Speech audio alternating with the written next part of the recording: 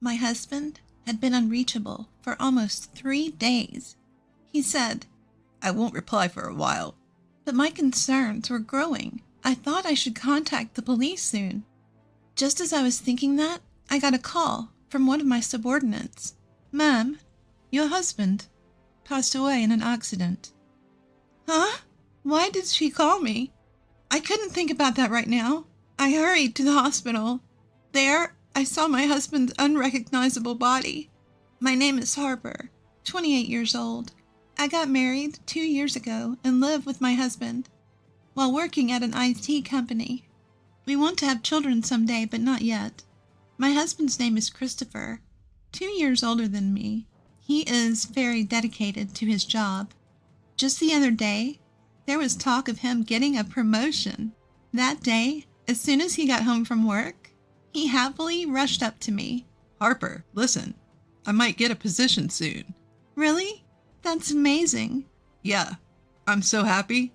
It's been tough, but I'm glad I worked hard." "Christopher, you've been working so much on your days off. I'm really happy for you. Congratulations." Yes, my husband was so dedicated to his job that he gave up his days off to work. He often worked late and came home just before the date changed. I worried about his heavy workload at times, but finally, it paid off. Seeing my husband so happy made me feel happy too. I can't lose either, I thought. I'll try harder too. However, since that day, I started to notice something off about Christopher. His overtime increased even more, and he wouldn't come home until after midnight. His weekend work, which used to be only a few times a month, gradually increased. And last month, he went to work, even on Saturdays. Not only that, but I felt his attitude towards me had become somewhat cold. We used to go out on our days off, but that stopped recently. Isn't that strange? Why doesn't he seem at all tired, despite working so hard? Concerned, I decided to suddenly ask my husband about it. I waited for him to come home late from work and brought up the conversation. "Hey, Christopher, can I talk to you for a minute?" "What? I'm tired and want to sleep." "Lately, you're always on your phone before bed. Even though you come home late, aren't you getting sleep deprived?" "What are you trying to say? How I spend my free time is my business, right?" "That might be true, but are you really that busy with work?"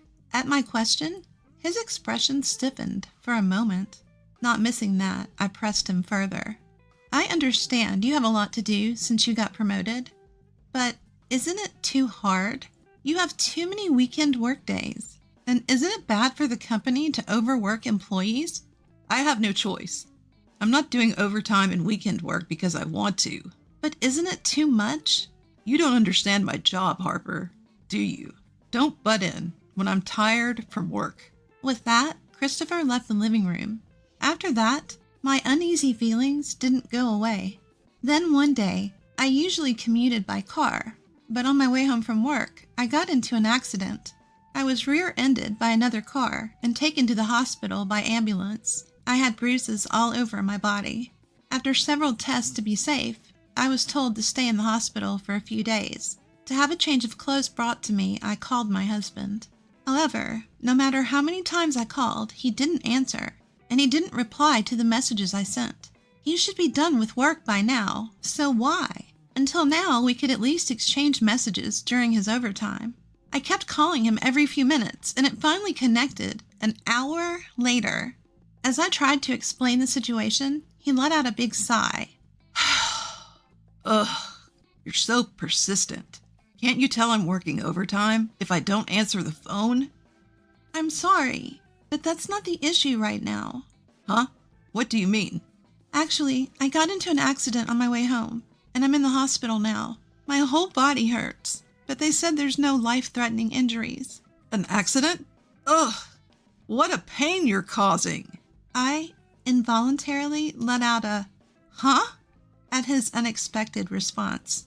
He continued mercilessly, as I was at a loss for words. Stop getting into accidents when I'm busy. I'm not paying for the car repairs, all right? I understand, but I need you to bring me a change of clothes. What? Why do I have to do that? I'm tired from work. And it's like a punishment game to go to the hospital for someone who got into an accident due to carelessness. Carelessness? Why are you talking like that? Besides, it wasn't my fault. It was the other drivers. Stop nagging. Anyway, I'm not going, and I won't reply for a while. Figure it out yourself. The call ended there. The busy tone echoed in my ear, pushing my heart to the limit. Before I knew it, I was in tears. Why did he speak like that? Aren't you worried about your wife who had an accident? He used to prioritize me over work. If I could, I'd want to get a change of clothes myself. My parents live far away, so I can't ask for their help. I sent several messages to my husband afterward, but he never brought my things. I had no choice but to buy everything I needed at the hospital store. Since then, I tried contacting my husband a few times, but 3 days had passed without a reply. He said he wouldn't reply for a while, but I was getting worried. No matter what, it's unusual not to have any contact for this long. What if he got into an accident too? That anxiety crossed my mind.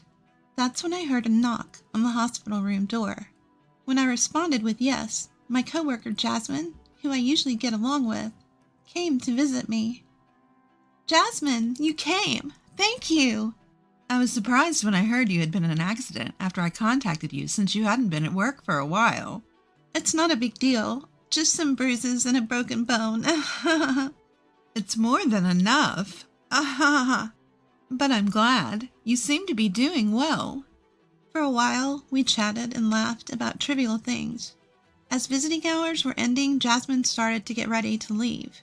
But then, she stopped and looked troubled. I cautiously asked her, "Jasmine, what's wrong?" I'm sorry, Harper. I don't think I should say this now, but I saw it. Saw? What did you see? I saw your husband walking with Daisy. What? When did that happen? 3 days ago. The Daisy Jasmine mentioned was a junior coworker at our company. I had been her mentor when she was a new employee. Even now, a few years later, we'd go to lunch together once a week. Why would she be with Christopher? Daisy and my husband should have last met at our wedding. Could it be? But there's no way they would do something like that. Despite thinking it was impossible, the worst-case scenario crossed my mind. According to Jasmine, she saw my husband with a suitcase and Daisy 3 days ago. Since then, Daisy has been on paid leave. I hesitantly called my husband's office, and my suspicion was confirmed. He had also applied for paid leave 3 days ago. At that moment, my suspicion turned to certainty. My beloved husband and the junior I cared for, being betrayed by both of them at the same time. Probably my husband's increased overtime and working on weekends were because he was meeting her. No, maybe they were already involved before that. As I recalled my husband's suspicious behavior, more and more things started to make sense. So that's why he became so cold. Surprisingly, it all made sense to me. Unconsciously, I called my husband.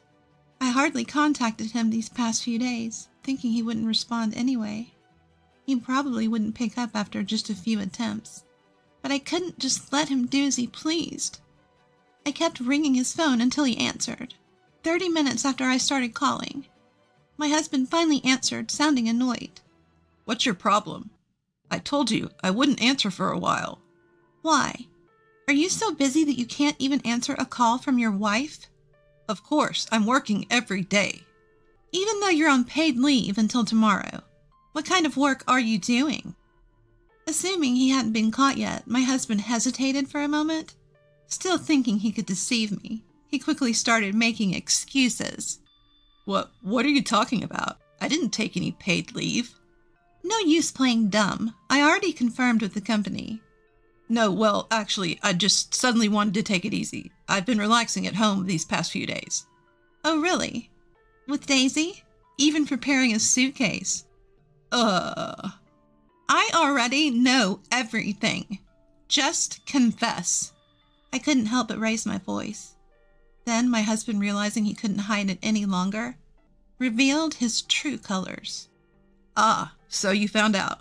Yes, I'm on a trip with Daisy. Now that you know, stop bothering me, you ugly woman. So, that's how it is. Why? Why with Daisy? Why do you think? She's younger and cuter than you. For such a reason. Enough already. I'm having fun on this trip. Don't bother me. Don't worry. I'll divorce you when I get back. He said, "See ya." and hung up the phone. It was right after that. The love that I had for my husband turned into hatred. In an instant.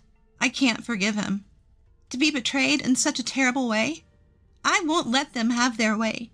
I'll definitely send them to hell. That's when I decided to take revenge on them. But before I could take matters into my own hands, divine punishment would come to them. The next day I was discharged from the hospital and started to regain some mobility. To prepare for my revenge, I opened my smartphone to search for a lawyer's office. Just then my phone rang. Daisy's name appeared on the screen. My husband's affair partner? Surprised for a moment, but I couldn't run away now. I gathered my courage and answered the call. Hello? Harper? Ma'am? I'm sorry. I'm so sorry. Isn't it common sense to apologize in person? Yes, you're right. But that's not the point right now. Huh? Daisy's voice was somewhat shaky. Then she said something that made me doubt my ears. Your husband has died in an accident. What? I was so shocked that I couldn't find the right words. Confused, I barely managed to respond to Daisy. He's dead? What are you talking about? Christopher is on a cheating trip with you, isn't he? Yes, that's true, but on the way home, Christopher got caught in an accident. According to Daisy's story, it seems the two of them were in an accident on their way home from the airport. Christopher was hit by a car, and although an ambulance was called right away, he didn't move a muscle. To my surprise, the hospital Christopher was taken to was the same one I was staying at. I quickly hung up the phone, explained the situation to the nurse, and headed to my husband's side. I had to move using crutches as my broken bone hadn't fully healed. Since I heard he had died, I assumed I'd be taken to a morgue or something, but incredibly, Christopher was still alive. However, he was seriously injured. Just after I arrived, a breathless Daisy rushed in. Seeing Christopher lying in the bed, she collapsed on the spot when she realized he was still alive. I had a lot to say, but unfortunately Christopher was in critical condition. I told Daisy we'd talk later, and we each went home that day. Days later, Christopher barely pulled through, but the accident left him paralyzed from the waist down, forcing him into a wheelchair. My in-laws were furious when they found out about the affair trip. Although they must have felt something, seeing their challenged son, they scolded him clearly, saying, "You brought this on yourself by having an affair." After my in-law left, I called Daisy and decided to have a talk with her and my husband. When I arrived at my husband's hospital room, they were having a loud argument. "If you hadn't pushed me that time, none of this would have happened. It's all your fault." What? You're the one who wanted to take that route. Don't blame me. "What did you say?" "In the first place, this happened because you wanted to go on a trip. I paid for everything. Give me my money back. Pay for the treatment, you lousy woman. You hurt the man you love, so you should pay, right?" Don't be ridiculous. Who would get serious with a guy like you? This was just a fling. I'll never see you again. What? The two of them carried on their unbearable argument, apparently not realizing I was there. I couldn't take it anymore. I forcibly opened the door to the hospital room, took a deep breath, and shouted at them. Enough. It's because you had an affair in the first place that this happened. Take your blame game somewhere else. Harper. Ma'am.